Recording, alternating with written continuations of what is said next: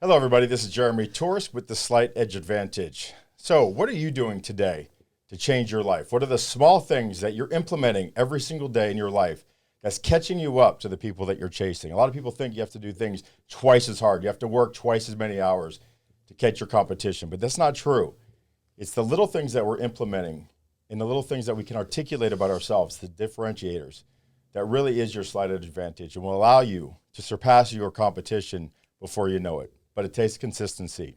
A model of that consistency, and I mean that word in every aspect, the model of consistency, both in her actions, in her looks, in her attitude, in her heart, is somebody that I like to model myself after. And we want to welcome here today on the Slight Edge Advantage, Dinah, as in dynamite, Redhouse.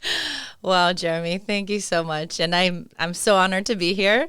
I did everything I could because I couldn't wait to get on your show and talk to you in person. And we have a lot of ties together. And I know we're going to do some amazing things together. So excited to be here and to chat with you today. We are. And you're talking about an international flight within the last 24 hours. Yes. When you said, just for you, Jeremy. I'm going to be Ryan Brady is your guy. He's how we met. He is, yeah. And he's an amazing person, an old soul, way beyond his years. And so interesting. But, you know, we've been speaking for the last few months. You've been in Europe, and I've been so jealous of that. But I was like, when are you coming back? You're like, September, 11th or 12th. And I said, okay, well, why don't we wait a week or so, and then you can come in studio. And you're like, no, I'll be there the next day. Exactly. I'm like, all right, your call, but listen, I'm here for you. I will literally cross oceans for you, Jeremy. You did that. And that's probably a first, so I love it. So tell us about where you come from, because I know that, we talk about overcoming adversity, and you've had some businesses in the past that you started and struggled with, like all of us. How did you get to your entrepreneurial spirit? Where'd you grow up? That kind of a little background on yourself. Yeah. Well, thank you for that. And, I would say that it's very interesting how they've done studies on people that come from this little balance of right before it's like too traumatic and your upbringing to where you end up being kind of codependent on, say, substance abuse, things like that. But there is a fine line that breeds an incredible entrepreneurial spirit of what we would call like a chip on your shoulder, right? Oh, yeah. And you kind of have something to prove, like a lot of celebrities and some of the most successful entrepreneurs in the world, they kind of came up from these situations that made them have to prove something. And so I would say that I don't differ from that, not to be cliche, but I do feel like I am the exception to the rule in terms of, statistically where I should be. I always joke around and say, I probably should, statistically speaking, be like a stripper or something, whatever, because I am didn't grow up with parents. Yes. The caregivers that I did have at a young age that were my grandparents, they passed away at, when I was in high school. They both got cancer. And my grandparents were my safe haven. And, they just wanted me to be happy. And it was a very tumultuous upbringing filled with like a lot of any type of abuse you could think of. So I grew up in upstate New York. Okay. At 4 years old, basically, I had lost both my parents as caregivers, and I was kind of given to my family to bring, which is, and it took me many, many years to really accept that it was the biggest blessing of my life, because I got multiple mother figures and multiple father figures, and both to this day, just are extremely supportive for me and have given me the knowledge that I needed to succeed and told me, no, you're going to college, and no, you're doing this, and no, you're doing that. I'm not saying college is, the sign of, right. But it just pushed me to a level that it ignited something in me. And also when, coming from a background where you wanted to prove something, I ended up excelling tremendously in high school. But I always had this thing where I just needed more, and I also kind of wanted to always have this prolific change in the world and be responsible for change and have this kind of mission to be positively disruptive. Well, you said a couple of things there. So Gandhi, that's somebody I know a lot about, but I do know that he says you should be the change that you want to see in the world. Exactly. Right? That's something that I try to do. And the second thing is positive disruption. We always talk about disrupting in business and disrupting, being the disruptor, being, especially with the blue ocean, red ocean, dichotomy, which one do you want to be? A lot of people don't have a choice but to be in the red ocean because most things have been done by now. Come on, how many new things can there be with no competitors? But to be a disruptor is one thing, but you added that positive twist. Yeah. Which is, I haven't heard it said that way. You're the first person that said being the positive disruptor. How did you kind of get that mindset? And speaking of that, I know that you had a bit of maybe is it imposter syndrome where you didn't feel like you belonged because you are coming up fast. And how did you feel like you deserve to be in the rooms that you're in now? So first, let me talk about positive disruption because it's one of my favorite things to talk about. It's actually our company, Digital Prodigee's ethos. And so because of that, we tend to be very particular with the clients that we take on, aka Jeremy. So, we like to make sure that we're making an impact because here's my theory about technology and specifically what I'm doing, which is mobile application development, launching, and helping it go to market in a strong way. And that's that. You say, for example, an old lady has a gun and there's somebody trying to rob her. It makes a relatively weak person strong. It's a great equalizer. It is the great. Yeah. That's literally what I say. And that's what you are. Yeah. I love that. Hold on. That's insane. That's literally what I say. It's the great equalizer. And so you have a kid in, say, Uganda, and he learns how to write code, and now he's launching an app or doing something. Or you have somebody that, is from a third world country, and, it's just amazing to see how, a kid could be making millions or somebody older could and that doesn't know about technology. It's just. And even better than that, beyond the money, how a person in Uganda or anywhere in the world can develop something that can impact so many lives. Exactly. And they don't even, the vision of that we all have, I think we're born, I was telling Jeff that I'm a billionaire in two different ways. One, I have the best family in the world. And I broke a cycle, like I think that you're on, well on your way to doing. But the second thing is being born here, when we were born here, is like beyond billionaire stuff. Oh my gosh. But I think no matter where you are in the world, if you have a vision, you have that spirit, and now you have the technology to get it out there. Yeah. What a great time that is. And the impacts that you can have. Like the golden age. Oh. It gives me chills to know that so many people can be impacted by somebody sitting half a world away that thought of something and now has the ability to do that. And Jeff helps get those ideas to market. Amazing. And Jeff Hoffman. He's He's my idol, my hero, Jeff Hoffman. Shout out to you. Yeah, I think you actually called him when he was driving here. I did, yeah. From Orlando. It was just such a weird time that we have. And that tells you that we're all supposed to be here. Exactly. So sorry to bring you off that point. I tend to do that. No, you're fine. Absolutely. But yeah, and you help that now that you've said that's where you want to spend your time. Yeah, and it's positive. It's positive disruption, but also socio-culturally. Like in terms of you'll never date again the same these days, right? We have Tinder, Hinge, all these Bumble things, right? And then you'll never think about convenience and transportation and travel the same way. Everything literally in the last 5 years has been completely disrupted. And some would argue positive or negative. So, but. Well, AI right now is the huge debate, is it whether it's positive or negative? Oh, yeah, for sure. Positive, but negative, we've all seen Terminator, right? I'm just kidding. It's coming, and I think it's like anything else. Like you can use things for good, you can use things for bad. Yeah. And so, like, for example, I don't want to give any shameless plugs, but I will say, like, some of the technology we're working on ranges from trying to end child abductions and sex trafficking using peer-to-peer geolocation and using people to find people rather than waiting for Amber Alerts. That's a very antiquated system. And also like things I think they used Ring just recently to help catch this guy in Pennsylvania who was on the loose for 2 weeks. And they used the neighborhood rings to kind of narrow that down recently. And then was that the guy that escaped jail? Yep. Oh, I saw that. And then that crack team from Austin came in with the hero dog. Oh, and they amazing. Caught his ass. That is great. But that was the community technology. And that's what I mean, impact. Peer-to-peer. Yeah. So if you think about like the apps that have really done the biggest kind of shifts in the market, they're always just really kind of eliminating a middleman. And they're just connecting like these niches. And the funniest thing is that the thing like Ring, the Shark Tank all passed on it. Yep. It's like and Jeff created Amazon before Amazon, of course. Not to make this all about Jeff Hoffman show, but We don't mind. Jeff created Amazon before there was Amazon. What? That was his first venture. Wow, I didn't know that. Selling stuff online to Jeff, you genius, to new mothers. Wow. And they didn't trust the technology to put their credit card in the computer. So it failed. Wow. That was his idea. Oh my gosh. Yeah. So the Ring, I mean, who doesn't have Ring now? And all the sharks passed on it. Yeah. So that's why when I talk to people about my new venture, and everyone says yes, and the people who say no, I'm thinking, okay, you can say no. I get punched in the face as a hobby. Yeah. It's fine. Yeah. You do literally.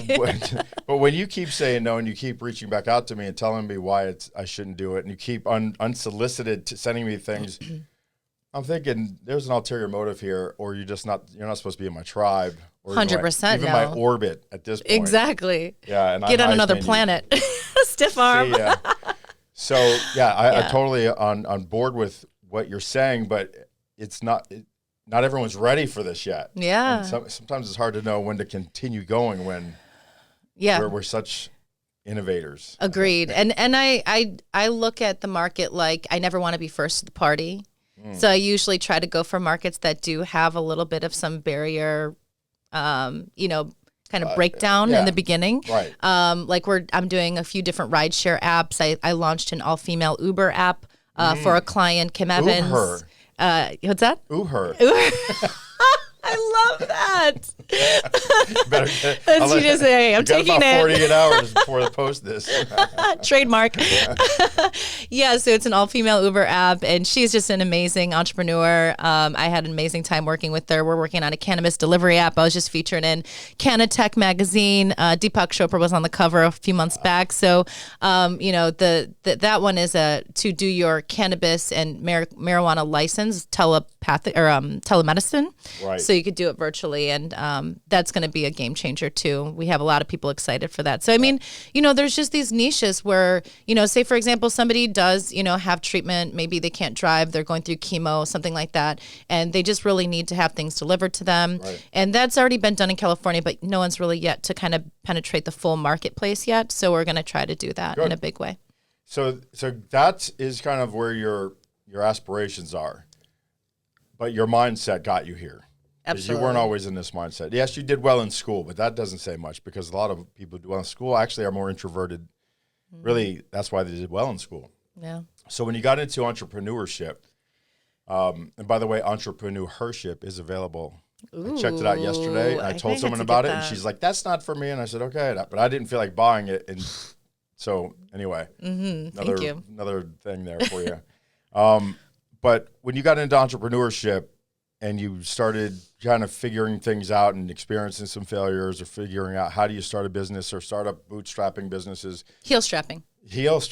Hold on. Bam. Love it. Bam.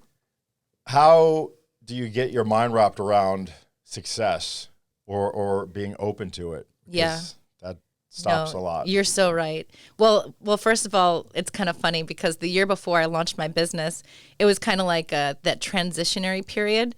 I think I had about maybe 6 jobs that year, and I got fired from each one of them because I was so not focused. And it was like kind of like when you're staying too long at the club and you start to have the lights turned on, and you're like, this is kind of nasty. Yeah.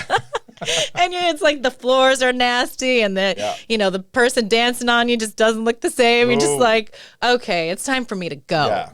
And I said, when I first moved to Florida, I called up a good friend of mine who I'd done business with for about a year, Philip Smoke, shout out. He's a good mentor of mine. And I said, I'm coming to Florida for 2 reasons. And I was still full-time. I had a 6-figure salary at the time, very comfortable. Wow. Golden handcuffs. But golden handcuffs. I told him I'm coming to Florida to make my first $1 million and to find my husband. So, so how are you on the million? I've accomplished one so far, and I'm single. So, right, so that tells you that you get the one. It's not the other one won't be far behind. Exactly. I don't think so. For the wrong reasons, though. Gotta be careful now. I know, right? I just got to tell him I'm broke. Right. So yeah, I mean, at the end of the day, I was going through this kind of transitionary period, but I said, by 2022, I'm launching my business. Right. I'm quitting my job. I'm doing this full on. And I want to be different about the way I do things. I don't want to do things the way everyone else did. So I said, let's study the greats. Like, let's study the best CEOs. Let's read every one of their autobiographies. Let's find out what the best way to do and approach the business. There. And so I literally started in, I think it was like January 2022, found Ryan. Ryan wasn't going to take the job. I had to literally pitch Ryan. I'm like, we're doing some big things. Yeah. You're going to want to be part of this. Yeah. And he is probably one of the best human beings I've ever met. Ryan Brady, he's now a co-founder with me for our incubator, Prodigy Ventures, which we just launched recently. And it's just, he's got the heart of gold, and he has persistence, and he's hungry, tenacious, and he's a 2-time TEDx speaker. So I mean, he's on the team. Multi-language. Oh my gosh, there's not a language he doesn't speak. He's a world traveler. Yeah. Backpack, just get it up and go, and fits in anywhere. He's a sweetheart too. Yeah. I fell in love with him the first time I spoke with him, but when we spoke, he reached out to me on LinkedIn, and LinkedIn is typically a pitch fest, right? You get pitch slapped as soon as you accept someone. But something about his approach was organic. It was truthful. It was right up front. It wasn't really a pitch. It was just, this is what I can do if I can help you. Yeah. And I'm really glad that I took his call, which I don't really do. Yeah. Well, I do now. I do now because now with the product, with the platform, instead of being a coach, I have the platform, and all these people don't read your bio or your page, and they say, hey, I can help you. And I go, your timing is uncanny. I got 5 calls a day from LinkedIn now. That's funny. And then I turn around and pitch slap them right back. Right. But Ryan was very unique, and he's like, you know what, you got to talk to Dinah. I think we're going to do some great things together. And I believed him. Yeah. I did, and I'm ready to go to war. I love it. Let's do it. I'm ready to go with you. So what is Digital Prodigee? How do you help people? What makes you different from the other apps? Because there's a ton of them out there. There are, yeah. Yeah, we're not an app development company, and that's what makes us different. We're a hybrid agency, which means that we are more about the finished product, and that is not an app that's completed, right? When you finish a product, your MVP, your minimal viable product, whatever it is, that's really just your key to the door. You still got to walk through. And so we specialize in actually the go-to-market strategy. We come up with creative approaches. ASO and different things like that is what actually is a game changer, because you don't want to build a billboard in the forest. So I didn't understand right at first what ASO was, but when Ryan said it, it made total sense. Yeah. This is SEO. For the App Store. For search engine optimization. And AEO is app engine optimization, basically. App Store optimization, yeah, exactly. Yeah. So it really does make a difference, because if you think about, like, say, for example, like Miami, right? If you can be on the SERPs page, like search engine result page for, say, roofing or glass repair or something like that, you're automatically a 7-figure business. Yeah. It's just the organic presence of the search results. And in the App Store, there's about 500 million searches a day going on. Believe it or not, it's like in the App Store. Or how much is worldwide on Google search? Billions, but the competition is billions. Right. So you're dealing with way more competition versus an App Store that has like maybe 1 million apps in it. So it still sounds like the competition, there's a lot of people searching for things. Yeah. But you have less competition, and the way you do your organic search functions puts your clients and the top results. Ahead. Exactly. If you look at some of our results, which I have on our website, like they've gone from not even ranking in their category to being like top 1 or 2. We've actually ranked number 2 for the word Bitcoin and crypto with a K, which is right crazy. under Coinbase, which is $1 billion unicorn. Right. So, I mean, the fact that a boutique firm is competing with a unicorn, like, to me, I'm like, that's what it is. Look at some of the biggest marketing agencies, Mad Men, Madison Avenue, but there was this little agency in like Minnesota or somewhere, St. Louis or something. I forget which product they had. I really wish I remembered it because it's special, but they were competing with Madison Avenue. Yeah. Because they're a boutique. Right. And they thought though you know what it was? They had the pulse of America.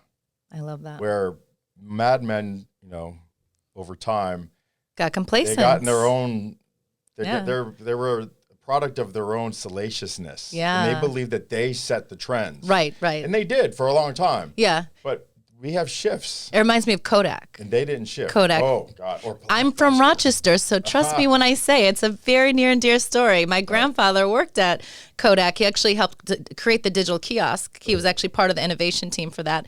And that's also why I went to RIT. It was its alma mater. And so, yeah, you're absolutely right. When there's shifts in the market, you have to be adaptive. And that's why we're extremely open to Web3, crypto, blockchain, all of that we're working on because we don't want to be behind. We're not going to be left in the dust. Like, no way. And, I think it was Blockbuster who their nail in their coffin was that they didn't want to give up the $1 rewind fee. Wow. And they didn't see that digital was coming. Yeah. They're like, look at all the money. I think it was, 8% of their revenue was the rewind fees. Wow. And they're saying, you gave up 8% for 100% oh of your... my God. It tanked them.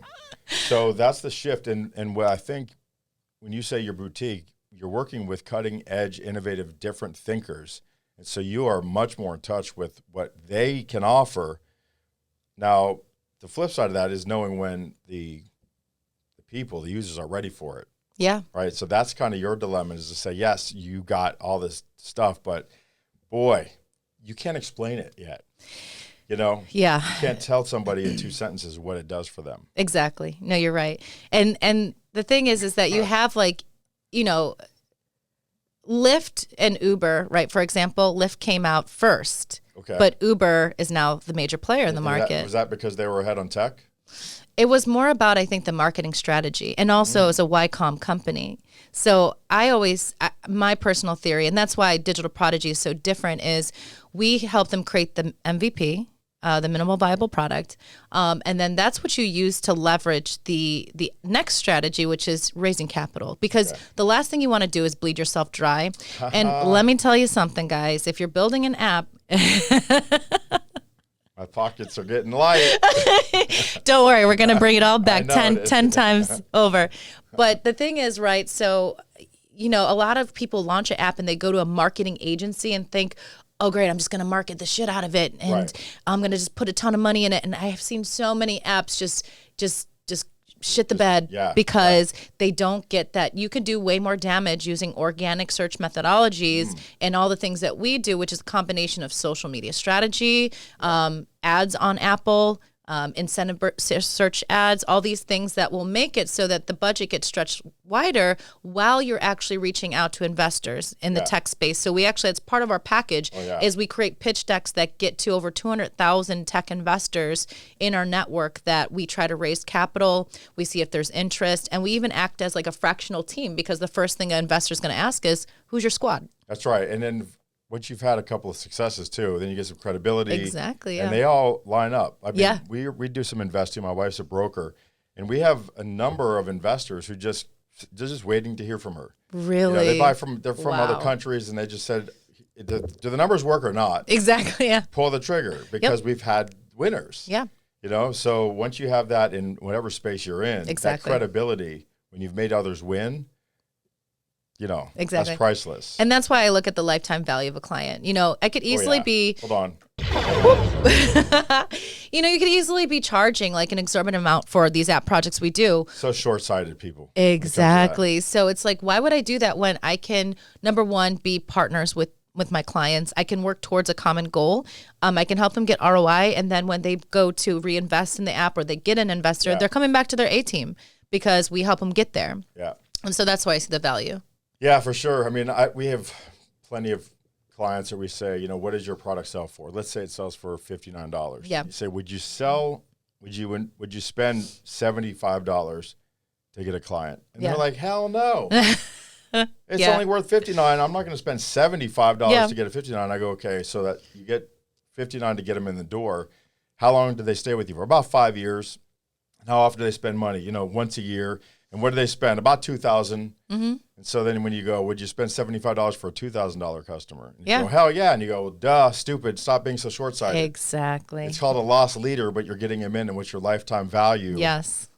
That, and there's more that goes into it than that, but that's the short-sightedness that a lot of people have. Yeah. That they don't understand what a lifetime value means, or even to build lifetime value into a customer. Exactly. They want to have that churn, man. A lot they think that the churn is it, and that's just more work. It's easier to 100%. And a lot cheaper to make money off an existing customer.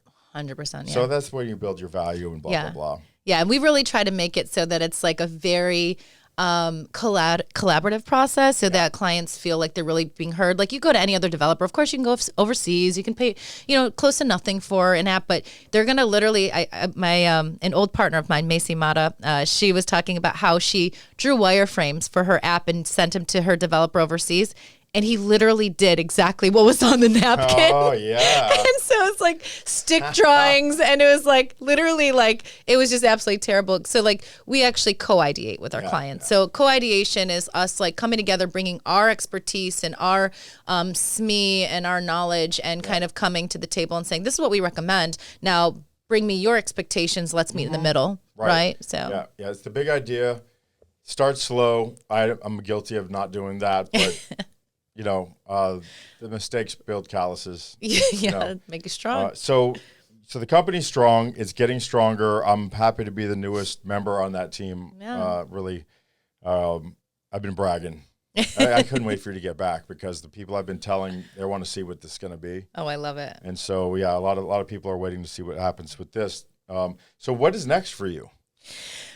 So obviously we're going into this new venture of Prodigee Ventures, which is our incubator. We're actually going to be submitting our first application to Y Combinator this winter. So I'm going to see what happens with that. I strongly believe like our technology and our innovation is probably one of our strongest suits. But obviously it's kind of like anything else. I can't be a million CEO, CEO of a million companies. So I try to get strategic partners when I can. Yeah. Hence like why, with several of our app clients now, I actually was the one that pitched them on the idea. It was not the other way around. So I was like, look at, for example, Dr. Bridget, who's the cannabis leader, she speaks all over the world. She's like a thought leader in the cannabis space. I go, you might want to look into this app idea I have. And she was like, let's do it. And she took the reins and, we're partners. And so it's a win-win, you know, and it allows me to branch out a lot easier. And then I heard you're doing a little writing lately.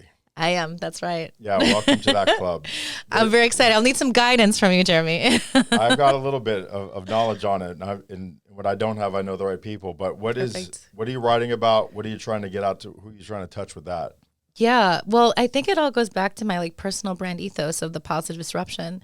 Yeah. I notice what happens as I go into my very infant like age of CEO, right? I'm still very new to this. So I'm not going to act as if I know anything. But I do know some things. And I realize that people start to take on, and people's businesses start to take on the personality of the CEO and the founder. Yeah. And you are only as strong as a founder. And I say that with a lot of our app projects where I'm like, I don't know, or hell yes, because that founder is tenacious and I love them. Let's do it. So I can only be as strong. My company can only be as strong as my personality and my limiting beliefs. And those things need to be checked all the time. And so as I kind of dove down, and kind of really looked at things retrospectively, I'm like, I'm only going to be as big as my mind will let me be for a company. And so it kind of took me down this new perspective of a lot of theories that I like to personally kind of dive into, which is attachment theory, which kind of just predicts your relationship model and your internal working models in your mind. And so because of the fact that it's so culturally relevant right now, I named my book, The 5 Toxic Languages. Yeah, it sounds like there's a little bit of psychology behind that too. Absolutely. Well, it brings in attachment theory by John Bowlby. It brings in a lot of like the epigenetics that I learned from, what's his name?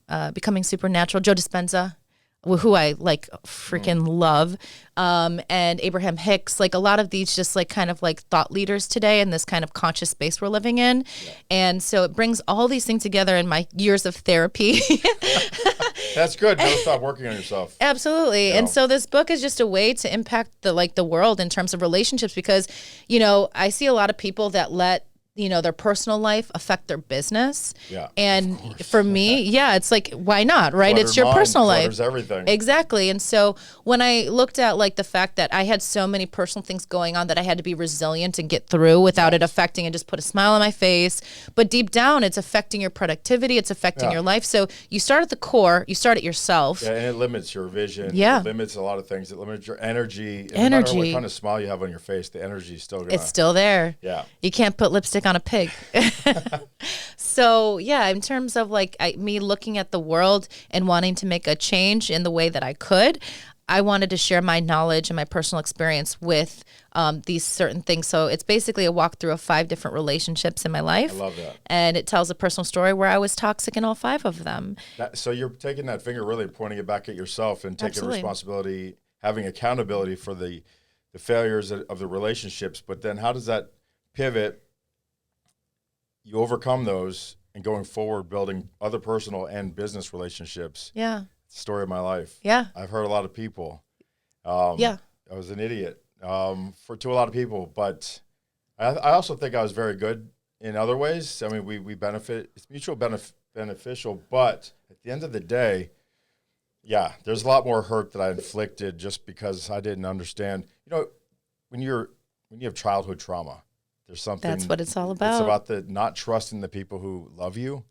Because the people You're giving who me are chills, supposed to Jeremy. love you and treat you So right that's didn't. exactly what Those are this the book is people- about. yeah, that's beautiful. It talks about the fact that we will abandon things that terrify us because we're never seeking love.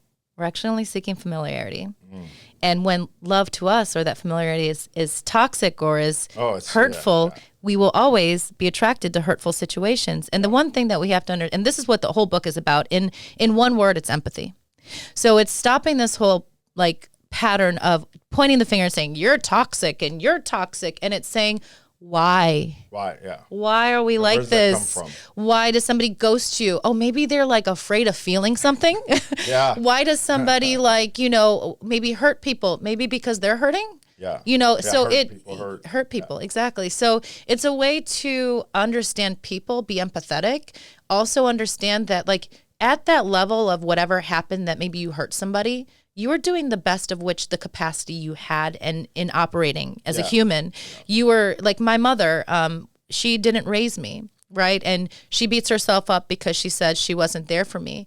And I said, at that time in your life, you doing what you did was the best option that you had. And if she didn't do that, I would never be the person I am. Right. And now we're best friends. We're absolutely I talk to her every single day of my life.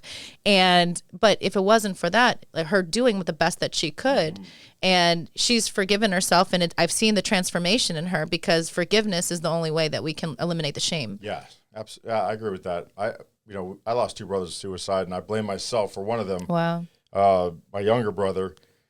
I was a patriarch of my family from a very young age. Yeah. So when that happened, I took responsibility. But I had to forgive. I ended up having Annie Lieb, shout out, to forgive little Jeremy. Yeah, the little shadow kid, work. Yeah, in me, and allow myself to really understand that that kid was still in me and trying to protect everything, including myself. Yeah. So then you just who's looking out for Jeremy as a little kid, right? Boy, nobody was. Exactly. So then I finally gave him permission, and it was all a cathartic, off the cuff writing, and then you don't do anything with it. You don't give it to anyone, you don't post it anywhere. But it was very powerful. I love that. Wow. Yeah.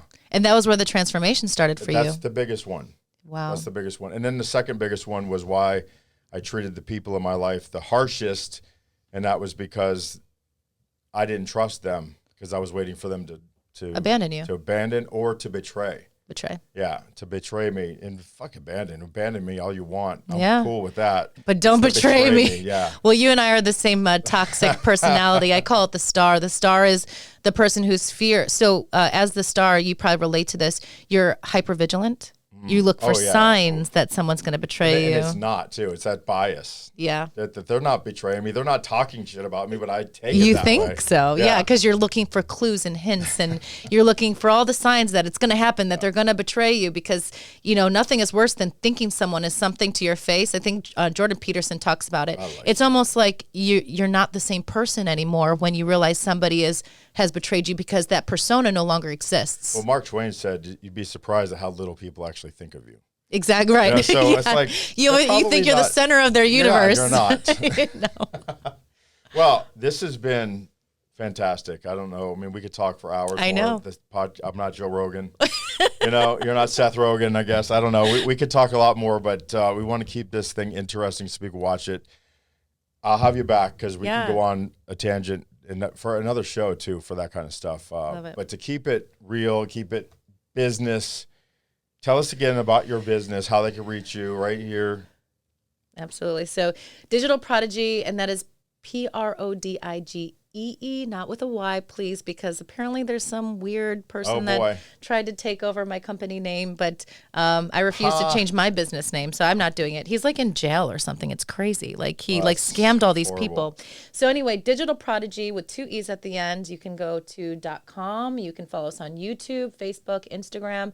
I am Dinah Redhouse, and I am the founder and CEO of Digital Prodigee, as well as Prodigy Ventures. So I look forward to anybody that wants to do any app work, such as Jeremy here, our new wonderful client, and I hope to be back. You will be back, because I'm not going to let you far. But I appreciate every one of you watching this, watching the shorts, watching the long form. What is it? I want you to put down in the comments. Did you get something today that can help you move forward? Because this all we got is today. And all we could do is make us better for tomorrow. Yesterdays are gone. But if you don't learn from those things, you're going to repeat them. So put down in the comments, what are you going to stop repeating that's holding you back? Thanks for watching Slight Edge Advantage. We'll talk to you again soon.